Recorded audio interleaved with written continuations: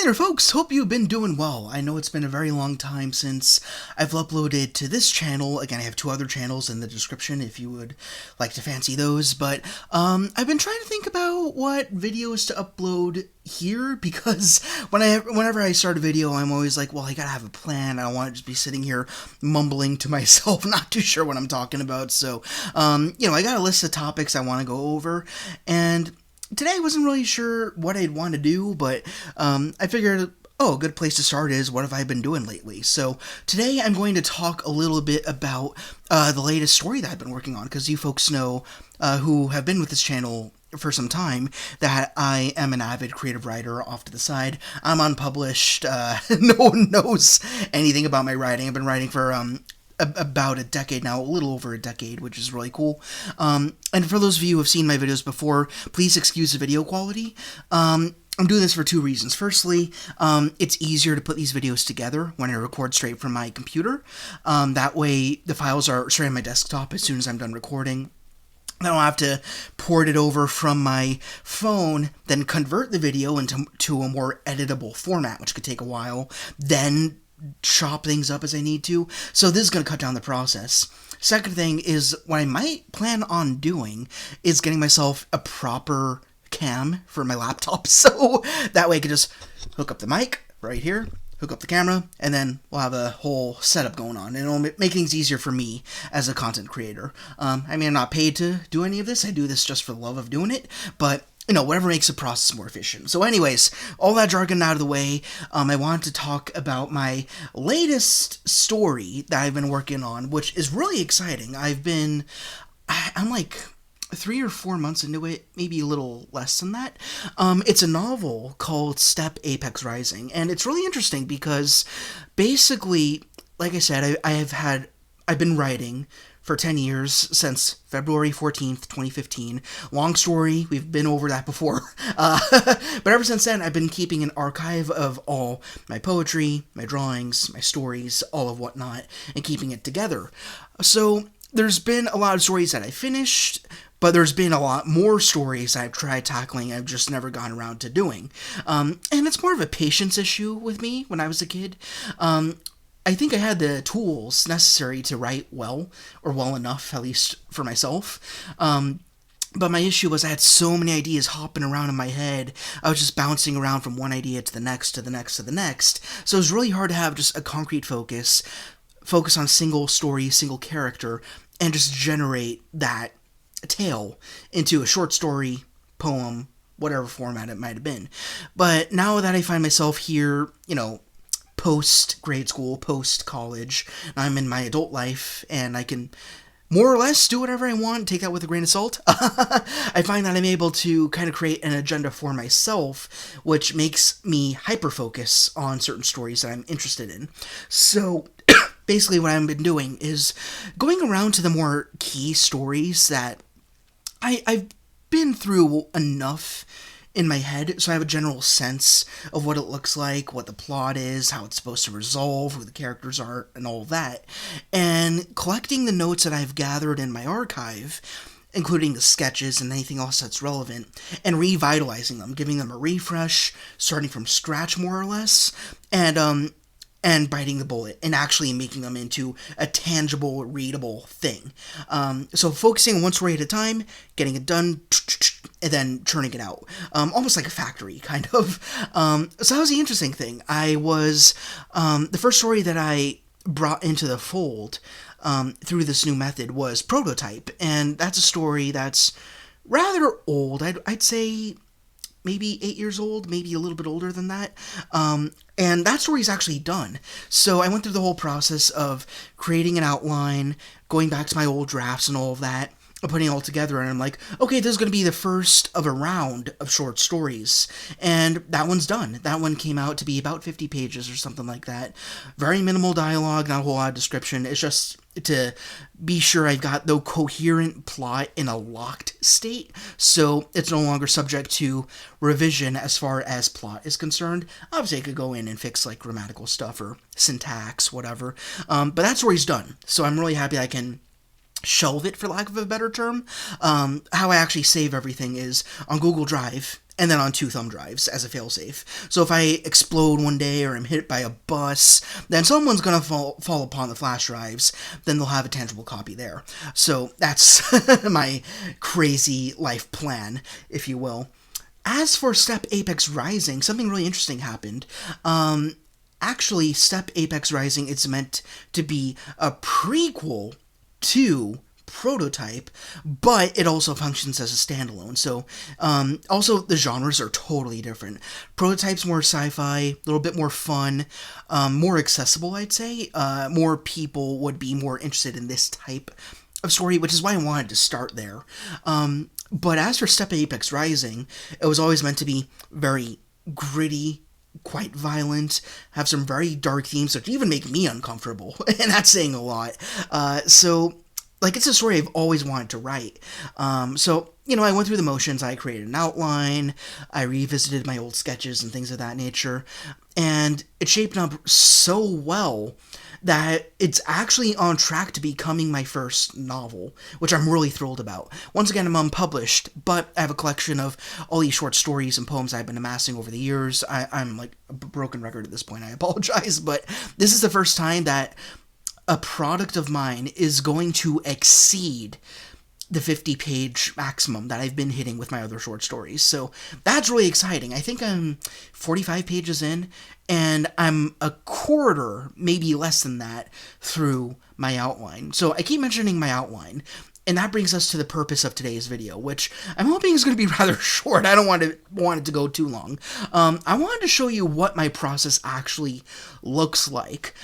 For those who have been writing but kind of want to get back on the horse and sort of need a method, or maybe you've never started a piece before and you want to know where to begin.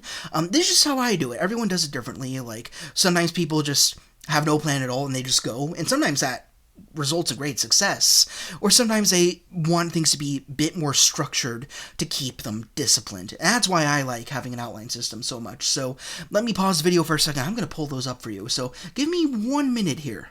Alright, so for those of you who are familiar with my Podplays channel, where I do my gaming Let's Plays and stuff like this format will be very familiar to you. But here we are in Google, not Google Chrome, just Google Drive. I use the Brave browser because I don't like ads, but this is where the magic takes place. So if you're interested in the story itself at all, don't read any of this, just look at the general formatting and you'll get an idea of what's going on, but I don't want anything to be spoiled to you. And I'll go over the actual basic plot details after I show you what I got going on here. Things are a little out of order, I apologize for that, but anyways, just to give you an idea of the structure of how I write things, this is my outline, which looks to be about 14 pages. What's the last page like? Yeah, it's pretty much 14 pages, but basically what you could see here is I have the basic essential bullet points. Not like full descriptions, we leave that for when I'm actually writing the story. And then they make up certain sections of my story. Now, my book is not going to be chapter-based, so it's not going to be chapter 1, chapter 2. It's actually going to have a prologue, an epilogue, and 4 main acts. I actually had a lot of fun doing this. So Act 1, which I just wrapped up yesterday, which I'm really thrilled about, is Samhain. Then Act 2 is Yuletide. Then we have Act 3. Where is it? I got a lot to do in Act 2. Is Penance. And in Act 4, we have Solstice. So basically, I'm using these biblical terms, being someone who doesn't know anything about the Bible, to block out my story in a unique, again, disciplined way, to remind myself that this whole story takes place over the course of a single year, broken up across 4 seasons. And that's helping me as a writer to sort of limit myself, or give myself a kick in the butt to go a little bit further if something's a little short, if something needs more description. Sort of just remind myself, hey, you could do a little more, or you could chill out, you got enough going on here. So quantity is kind of a factor that I like to consider. But yeah, this is what my outline looks like. So I got all the bullets in here. Very, very basic plot details.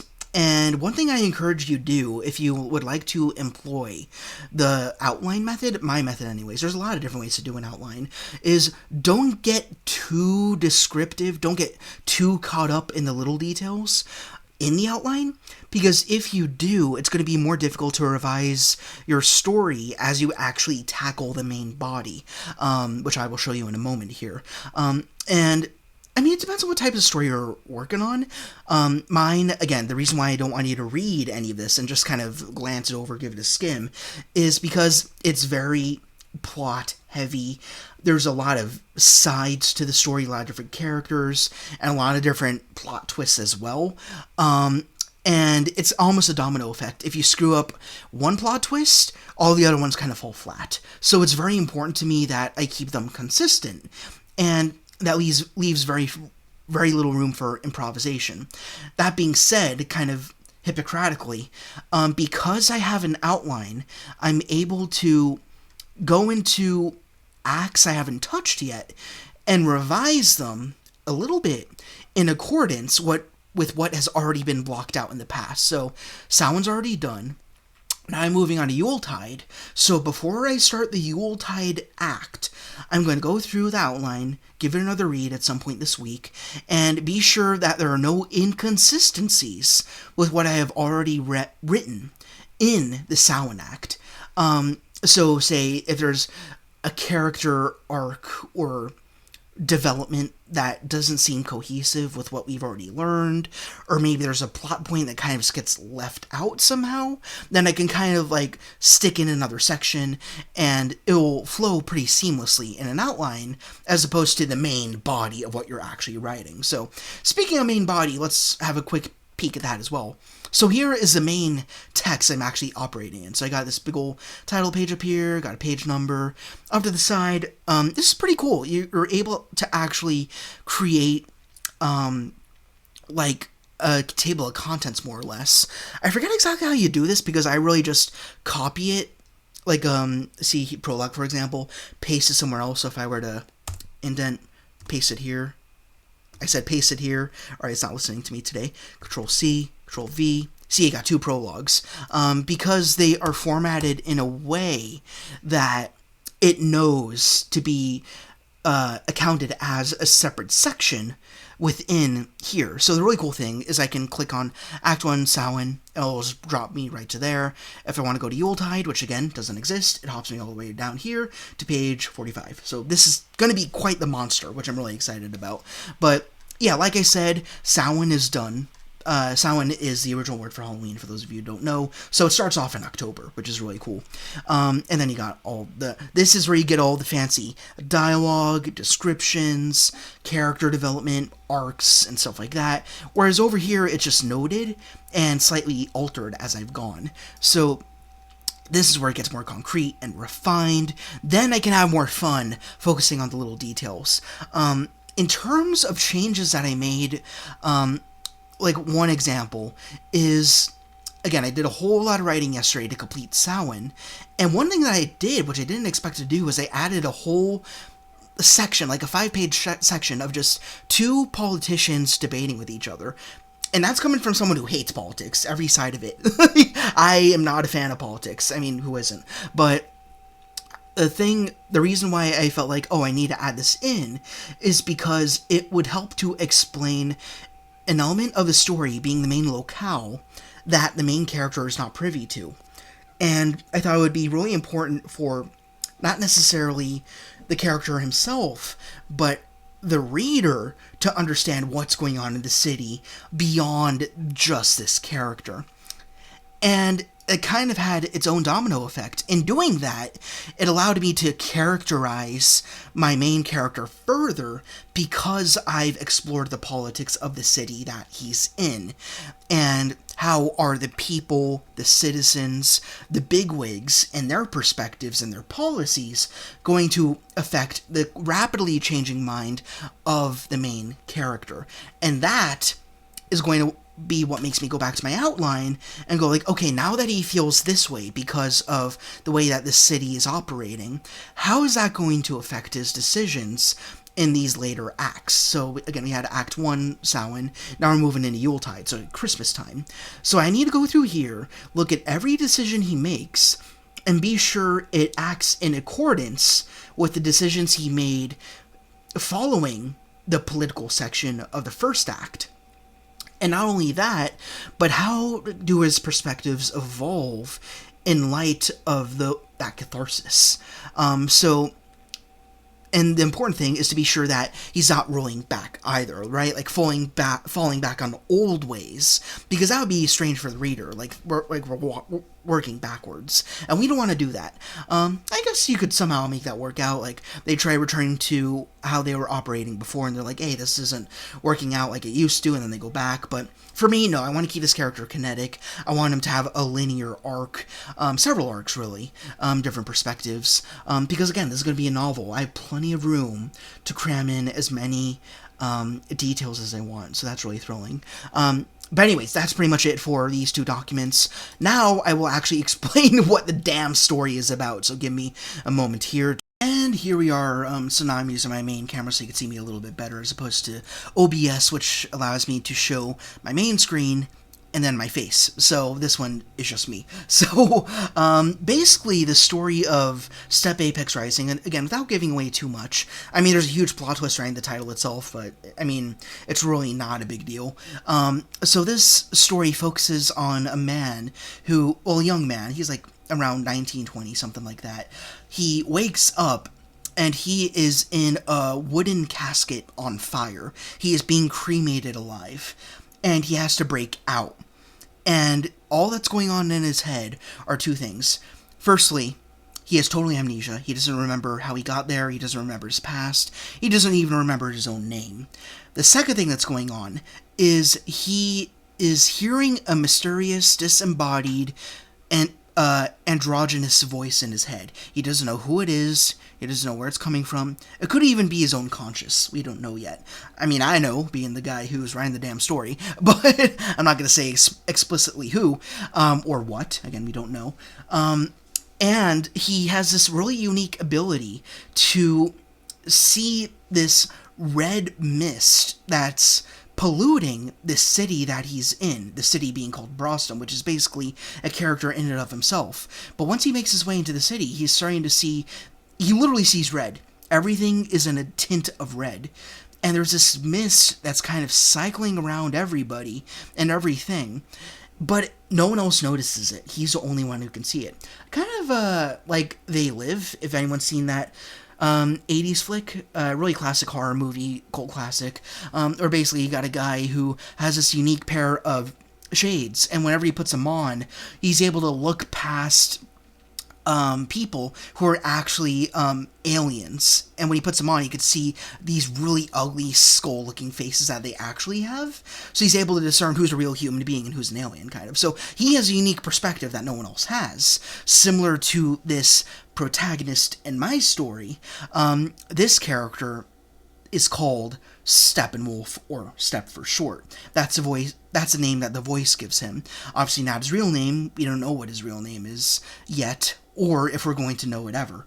But the whole point of this story, again, because I mentioned it's a prequel, is getting him from being Step to Apex, or more specifically the Apex Examist, henceforth the title Step Apex Rising, because this is a character who we see in the initial story being Prototype, which has already been written. But, that being said, the story still works on its own. So, I mean, it's interesting. Like, I've already kind of given away that, yeah, his name will change at some point, but I'm not saying why or under what circumstances or when it's going to happen, so I haven't really given much away. But as a prequel, it functions really well, because you get to, if you read Prototype first, then this is a chance for you to look into the minds of one of the many characters in that story and see where they came from, what their thought processes are, how their ethics came to be, and how they wound up in their situation.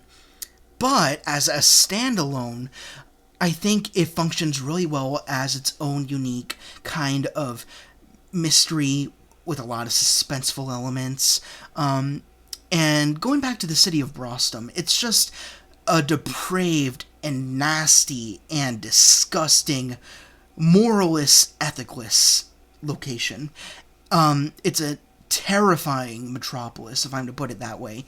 There's crime everywhere. There's very fascist elements. There's a gang. It's a horrible place to be, but at the same time, it's thrilling because there are so many. Because you never know what's going to happen next. You don't know who you're going to bump into. You know what you're going to learn more about the city and its deep, seedy underbelly. Brostom itself is a character, and it is so disgusting and weird and disorientating that you want to peel it apart more, or at least that's what I'm hoping for. So it's perfect that we have Steppe as a character because he doesn't know anything. So you're learning about the city with him. He's not a guy who's just a random citizen in Brostom. He knows just as much as you do, which is nothing at all. So I find it really fascinating that we're being dropped into this world. Brostom is the world. Nothing outside of it really exists in the story. And every step he takes, you're taken with him. So that's really interesting to me. And over time, minor spoiler, it's just delving into the themes a little bit. Things get, of course, they're very visceral and violent on the surface, but slowly things start to tap into the supernatural a tad. And that kind of lends to the writing style. One thing that's helping me to get through it is thinking of it as not just a novel, but a really long poem. One thing I'm really good at is poetry. I think that's my strength. So if I can think of this novel as just a really extensive epic, then that allows me to kind of use the same language and rhythm that I use in my poetry to inform the language that I'm using in my novel. So it helps inform me in a great way. And because of that, because of those poetic elements, it's allowing the story to not be so totally grounded in reality. It's very romanticized. It's very much inside Steppe's head. So it's almost like you can't totally trust what he's hearing and what he's seeing, because, again, we got that voice in his head. We don't know if that's him thinking to himself. We don't know if that's something external. We're not really sure at this point in the game. So you can't even trust Steppe himself. He is simply just a pedestrian at this point, just observing everything that's going on around him. Maybe the situation is actually a lot better and safer than he's making it out to be. Or maybe it's considerably worse. Or perhaps he's on par. We don't know. But I like having that ambiguity. That's makes things more fun for me as a writer, because I get to play around with different visuals and sounds and screw around with the senses a little bit. And at the same time, the reader is kind of just brought along for the ride on this crazy train, and they can't figure out what's the truth, what isn't. They're pointing fingers at people who probably didn't do anything wrong. As we learn about more characters, we don't know who's going to be more important or who's just there for like a few moments and then you never see them again. It's just a random and very unpredictable landscape. And I think that makes it all the more thrilling. It's not such an obvious linear path.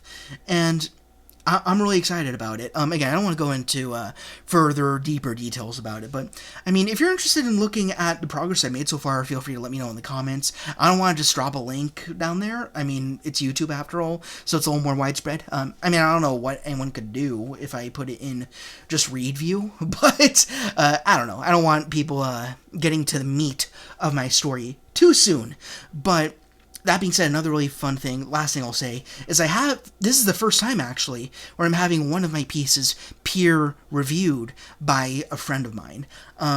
Someone that I met online through a writing group, actually, and they've been an excellent help, kind of poking at not necessarily things I'm doing wrong or things I'm messing up. They have very few critiques, which is interesting, although I wouldn't mind them, so I can do some revisions. But they have been pointing out like things that work very well or things that could be fleshed out a little bit more. So it's nice to have a second pair of eyes to say, when are the exciting parts? When are the scary parts? So it's really good to have that other perspective. So yeah, basically, now that I'm reflecting on everything we've talked about this far, when it comes to writing a solid story, at least in my opinion, there are 3 good steps. First, have an outline. Take your time on it. Work slowly, or for as long as it takes. It could take a week. It could take a few days. It could take years. This story, I've had it in my head since like midway through college, and it's only coming to fruition now because now I know what I want it to be. Second thing, start blocking out your actual story, and that's when you start adding the description, more of the characterization, the more deep stuff that you did not have in your outline. And of course, you can revise. You're kind of revising both of them simultaneously as you go, but you're going to be largely staying loyal to the outline as the skeleton of your main story. Third thing is try and find a friend or someone else who writes to kind of keep you in check as you go. Because, again, if you're like me and you're writing a story that's very dependent on its critical plot twists, you don't want plot holes. You don't want things to fall through the cracks. You don't want things to not make sense. And then you could be like several chapters, several acts in. You could be 3/4 of the way done, and then somebody could read your story and could say, hey, this thing that occurred in chapter 2, it doesn't make any sense compared to what we've learned in chapter, 14. And by then, it's kind of unsalvageable. I mean, you can salvage anything, really. I mean, as long as it's an editable document. You can go back as far as you want, but that's going to be a major upheaval of a task. So definitely get someone else on board if you can to spot check you. Not just to give you compliments, not just to give you praise, but to say, hey, you messed up here. I value that deeply. If someone could say there's something really wrong or weird or unstructured about this progression, if I hear that, then that's important to me. Those are notes that are worth taking down. So definitely be open to any criticism or any notes. And sometimes I might say something and you're like, oh, no, I got a plan for that. That's going to be resolved later on. It might not make sense now, it will later on. That can happen too. I mean, again, that's why it's so important that you got the outline. There are going to be things that occur midway through the story that happen just to happen. And you're like, why did that happen at all as the reader? But then later on, I mean, you get your explanation, and then you're fine. So, anyways, I could keep going. This is a very exciting process for me, obviously. If you have any questions about the story itself, the writing process, again, I'm not an expert. I mean, I was an English minor, and I got an award for excellence in philosophy and religious studies, which does inform my writing as well, but that's a whole other dragon, so we won't tackle that now. But you can ask me in the comments if you would like any pointers. But yeah, I will keep you posted on updates on the story. I'm expecting to finish it before the end of the year. It's going to take a long time. Like, I've been going to a coffee shop near me every weekend, and that's usually my base of operations to, plug away. I got on, 4 hours yesterday, which was crazy. I never did that much in one sitting. But yeah, I'm really excited. But once again, any other questions, let me know in the comments. I'm going to end it here. I could keep going. I won't. So thank you guys very much for listening. I'm sure this was a long one. And enjoy the upcoming week. See you next time.